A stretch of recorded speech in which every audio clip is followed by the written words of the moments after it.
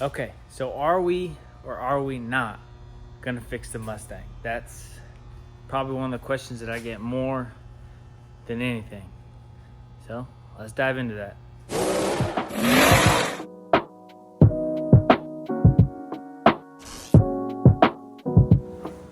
Alright, so let's start off with the fact that a lot of people don't know that we have two different Mustangs. So we had the original one that won Mega Cash Days, then we took to America's List and unfortunately wrecked in America's List. Then we have the second one that we found, put all of our drivetrain, front end doors, stuff like that on that car, and then ran the Fastest in America race where we got wrecked on that one too. So I guess let's start right from the beginning. Let's start with the first one. So the OG Mustang, the one we won Mega Cash Days with and we ran for many years here locally, started off as just an A-gas car. We were doing index racing with it. Got tired of it, wanted to go faster. So we put a small block with twin 88s in it. Actually, I think when we first did it, it had twin 76s Precisions. Right here. Motor was built by CSM. Lance does all the small block engine work for us. I mean, that was a killer motor. When we got that engine, it was all reliable to us. Let's put it that way. We beat that thing up and it kept pushing all the way. So the goal with that car was never to run it on the street or do street outlaws for that matter. We built that car just because we wanted to go faster. We were doing stuff here locally. It was a hobby at that point, right? So we started running with Bodie, doing all his races. It kind of escalated from there. So we got to know Bodie. He gave me the opportunity to do MPK one year, but then COVID hit, so we didn't actually run MPK that year, and we were itching to race. I mean, we got the call, asked us if we wanted to do some street racing, and I said sure. I obviously hadn't been a part of anything like that before, but I was game for it. I mean, at that point in what we were doing, we were so committed to being able to be successful at running that car that we were willing to do whatever. So we put in the work, tested. Obviously that car worked good.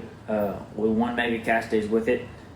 Then when we did that, we got the invite to America's List, and at America's List, unfortunately, had a problem there. So that same day, we had that driver front wheel off because it was losing air. So we took it to his tire shop to get, obviously, the tire fixed, or I think we put a new tire on it. I don't remember exactly, but what I do know is that we put that wheel back on, and then we must have got dirt in that ceramic bearing because we ran ceramic bearings in the front of that car. So there must have got some dirt in that bearing or something, but on that pass, that bearing actually blew up.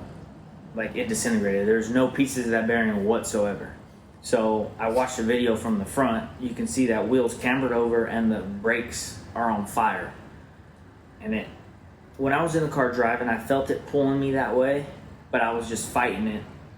Obviously trying to win the race, obviously, and it just kept pulling me over. So finally I just jerked it out into that center grass area. Once I got there, I was just along for the ride. Came back on the road, dug the nose in, came up on the road, flipped a couple times. Then obviously the only thing we could do is load that car in the trailer and take it back home. We knew we wanted to keep racing, so we took it to BRE, which has done all of our work on both of those Mustangs, and we cut the car apart.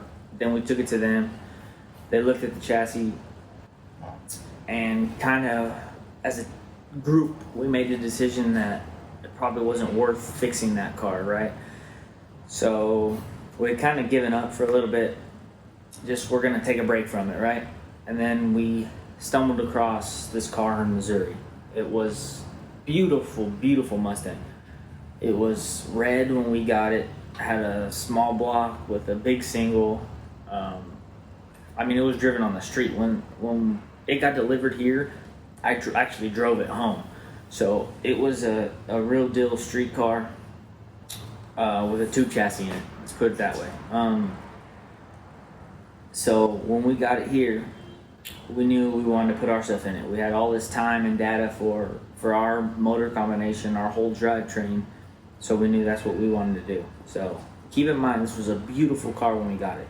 It was steel doors, steel front end. I mean, it was factory. Had roll-up windows, everything, right? So this car was immaculate when we got it, but we wanted to put ourselves in it. So when we got it here, we went to pulling it apart and saved all the stuff. So we have the doors up there, front ends up there. Show you guys that in a minute. The doors are up there, the front end's up there. You still have all that stuff, right?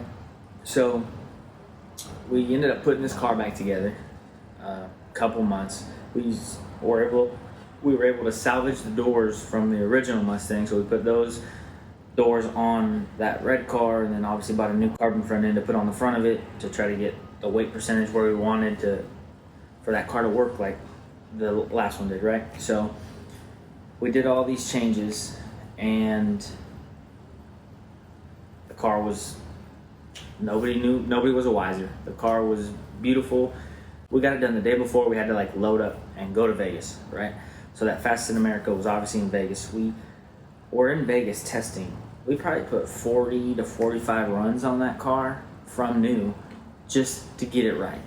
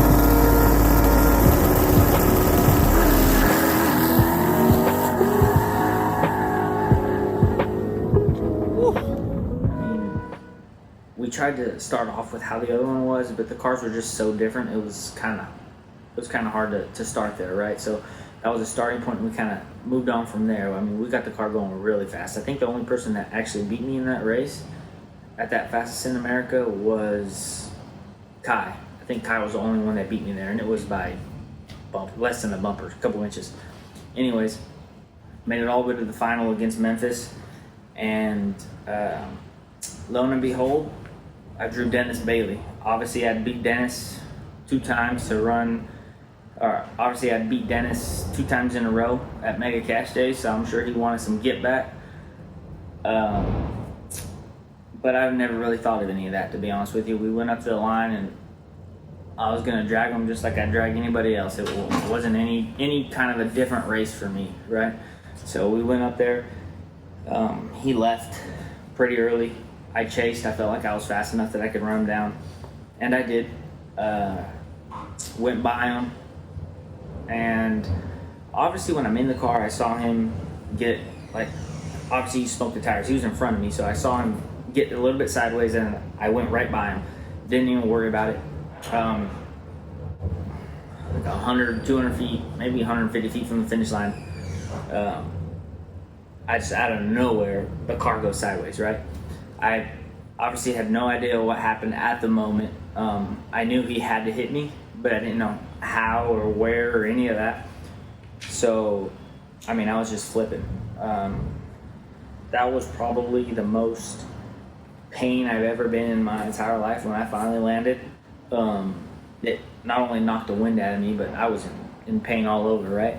I actually fractured 3 vertebrae, fractured my coccyx, so my tailbone, and then fractured some bones in my feet. The ones in my feet were from my feet flailing around, hitting the chassis. My coccyx and my back were from compression when it finally landed that last time.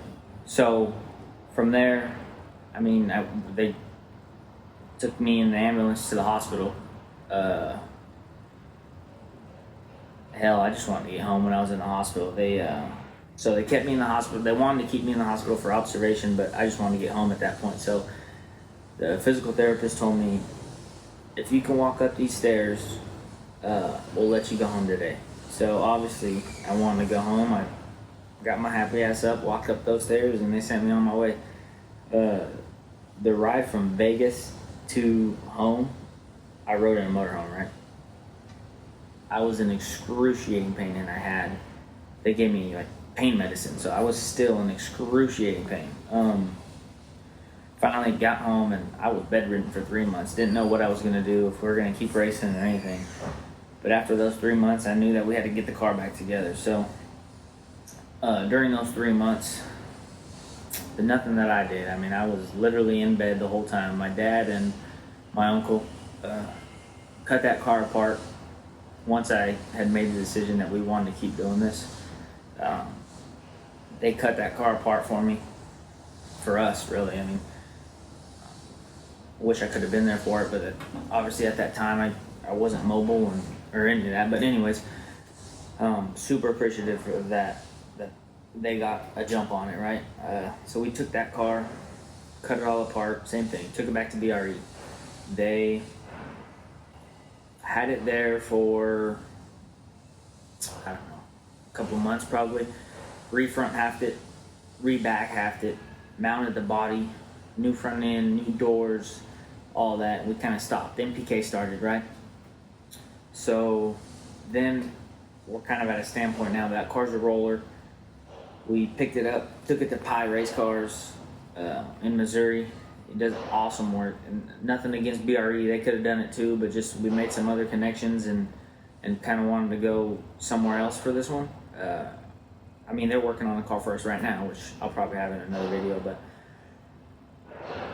so we took that car to Pies. It's getting worked on now, and we'll be back running that thing on the street. We'll be running small tire, big tire, whatever kind of racing we want to do with it. It's kind of set up to do that stuff. I learned a lot doing some street racing, and I kind of made some changes to the car, and we're gonna get there. I mean, that car's gonna be fast, and we'll be competitive again with it. So to answer everybody's question, yes, we'll have the Mustang back. So as far as the original Mustang goes, the first one, I decided that I wanted to learn, right? I wanted to be able to work on the car, build the car. I mean, I already do work on the cars, but I wanted to be able to build the car from start to finish. So here's the original Mustang.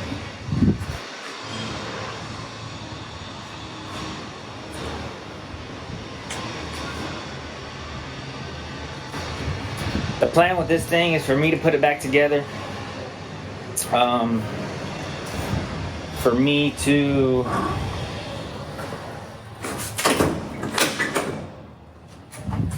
mount the front end, mount doors, everything. With that car, that first one, what we want to do with it is run local stuff, right? I mean, yeah, sure, when I have time, but I want to do like local, real small tire street stuff with that car.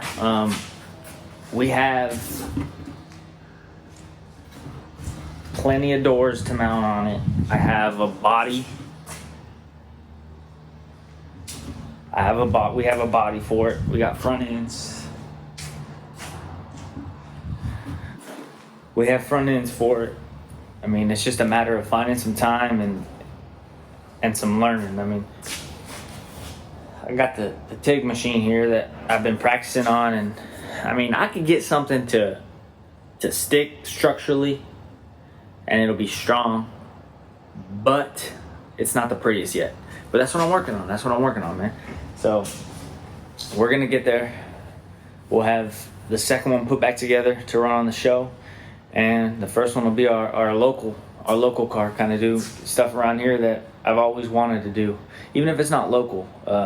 Do anything other than street outlaw related stuff will be that first car. I want to do back of the track stuff. I mean, stuff that's kind of on my bucket list is what my goal is going to be with that car, and go from there. I mean, it's just going to be time. Obviously, we won't have all that much money in that one because I'll be doing that one, but just time, and I'll learn little by little and see where we go from there.